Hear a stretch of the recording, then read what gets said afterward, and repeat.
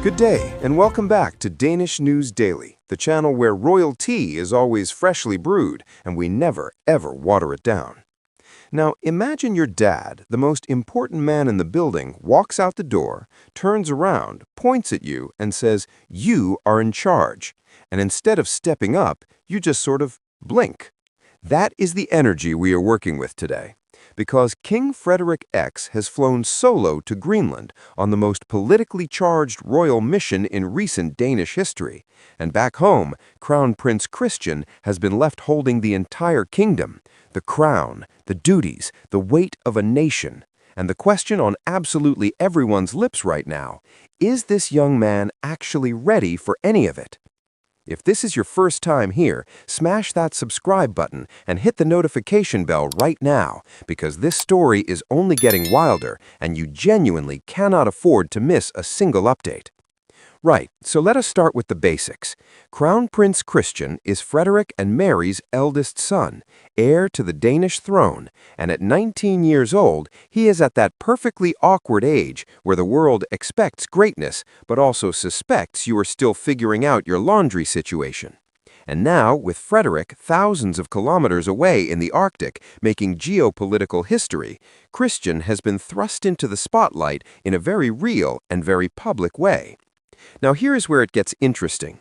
Sources and royal watchers have begun raising eyebrows, quietly at first, but now quite loudly, about Christian's readiness to step into a leadership role.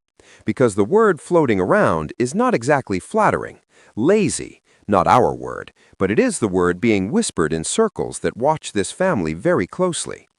The suggestion is that Christian has not exactly been throwing himself into royal duties with the kind of hunger and dedication his father displayed at the same age. And when your father is a man who once skied 3,500 kilometers across Greenland just for the experience, the bar is not just high, it is buried somewhere in the Arctic permafrost. But wait, let us be fair here, because this story has two sides. Christian is 19. He's a teenager navigating the impossible pressure of being born into one of Europe's most watched royal families during one of its most turbulent geopolitical moments. That is not a small thing. That is an enormous thing. And yet, the throne does not wait for anyone to feel ready. Denmark needs a future king, and right now, Denmark is watching very carefully. And here's the kicker. With Frederik away and Mary stepping into a quasi-regent role, Christian is expected to visibly represent the family, show up, stand tall, be seen, because in the monarchy game, presence is everything. You cannot phone it in. You cannot have an off day that nobody notices. Every appearance is a statement, and every absence is a headline. That is the life Christian was born into, whether he asked for it or not.